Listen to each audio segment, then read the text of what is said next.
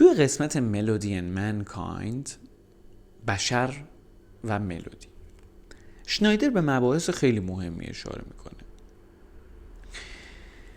مثلا میگه که a primitive melody is always the musical expression of an idea. همواره primitive melody چیه؟ یک ایده است که داره بیان میشه. ایده است که به لحاظ موسیقایی داره بیان میشه. این نکته خیلی مهمیه که شما بدونید که بیان موسیقایی وقتی داره میگه، این بیان موسیقایی بیان منحصراً موسیقایی نیست، یعنی فقط موسیقایی نیست، زبانی هم هست. ما داریم اینجا از یک سامانه چی گفتم؟ نشانه‌ای استفاده میکنیم. یعنی اگر این بیان ایده ملودی فقط ملودی نیست، فقط نمیخواد غرض موسیقایی داشته باشه. اگه یادتون باشه موسیقی برای اینکه موسیقی درست کنه تو یک هنوز جلوتر اتفاق میفته، تو اون لحظه نخستین موسیقی درست کنه برای زبان هم هست، موسیقی هم هست، رقص هم هست، همش هم زبانه، همش هم سامانه نشانه‌ایه، باش میخواد یه پیامی رو رد و بدل بکنه و یه چیزی رو بفهمه. البته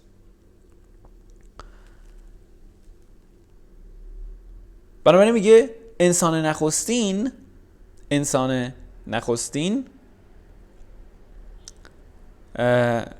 تنها وقتی میخونه که یک چیز معینی something definite to express برای بیان کردن داشته باشه. بنابراین پیوند محتوا و فرم اینجاست، یعنی اون چیزی که داره میگه باش چیزی که بیان میکنه و چیزی که مقصودشه یگانگی دارن.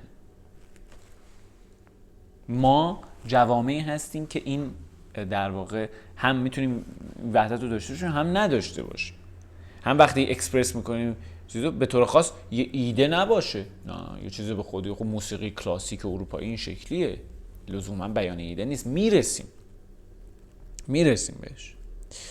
بسیار بنابراین نظام نشان شناختی انسان نخستین خیلی گسترده بود. برای رسوندن ساده ترین ایده ها میبایستی از پیچیده ترین رفتارها استفاده بکنه. مثلا از یک حرکت خاص، یک الگوی خاص حرکتی به علاوه یک آوای خاص به علاوه یک صامت خاص استفاده بکنه برای اینکه یک ایده ساده مثلا آب رو نشون بده. برعکس ما که امروز پیچیده ترین مفاهیم رو با ساده ترین کلمه بیان میکنیم. در لحظه نخستین دقیقاً برعکس. خب یه نکته که همین اول اشاره میکنه، میگه که ببینید موسیقی نطفه‌شو بستن با بسیاری عوامل خاص دیگه، یعنی پارامترهای روانشناختی مهمه، جامعه شناختی مهمه، ریلیجیس یا در واقع دینی مهمه، نماد پردازی مهمه و زبان شناختی مهمه. یعنی اگر مثلا یک انسان اولیه میگه این آیه جنبه‌های روانشناختی داره، یعنی یا از ترسش میاد یا از لذتش برمیخیزه، صداییه که مثلا حین جماع یا سکسش با جفت خودش از خودش در میاره، در هنگام لذته، در هنگام ترسه، در هنگام هیجانه و ارتباط داره و مطلقاً روی اون دینامیک تأثیر داره. اون صوتی که در میاره دینامیکش مهمه از این حیث. یا مثلا این که میگن جنبه‌های روانشناختی، یعنی یاد گرفته که صداشو فالستو کنه، یعنی یاد گرفته صدای خودش رو، درون خودش رو تقسیم کنه به 3 قسمت. مثلا بگه صدای فالستو ایجاد کنه، صدای نزل ایجاد کنه. اینا رو توضیح میدم. و صدای چست وایس، صدای معمولی. و برای هر کدوم از اینها یک پیغام روانشناختی رو منتقل بکنه، ای بسا پیغام مذهبی یا دینی منتقل بکنه. کمان که شما در آیین‌های شمنیسم میبینید که از نزل زیاد استفاده میکنن، یعنی از این صدا که دلایل خاصی میتونه داشته باشه. یا سوسیولوژیکال باشه، یعنی اون صوتی که داره ایجاد میکنه یک معنای اجتماعی براش داره،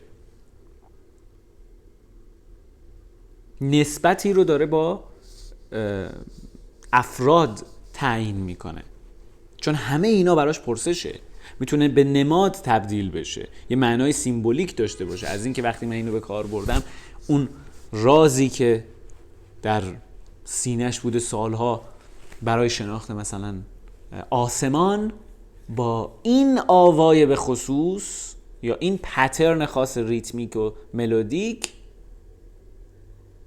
نمادمند میشه، به نماد مثلا آسمان تبدیل میشه. و در نهایت لینگویستیک، چون زبان منو شکل نگرفته، قطعا دلالت‌های زبانی هم داره، اون صوتی که داره، یعنی قطعا یه کارکرد کامیونیکیتیو هم داره. این بعدنه که زبان مستقل میشه، این بعدنه که روان مستقل میشه، این بعدنه که سیاست، جامعه، دین و اینها مستقل میشه. و اگه بهتون یادتون باشه گفتم لحظه های جدایی اینها از هم رو باید رصد بکنیم. خب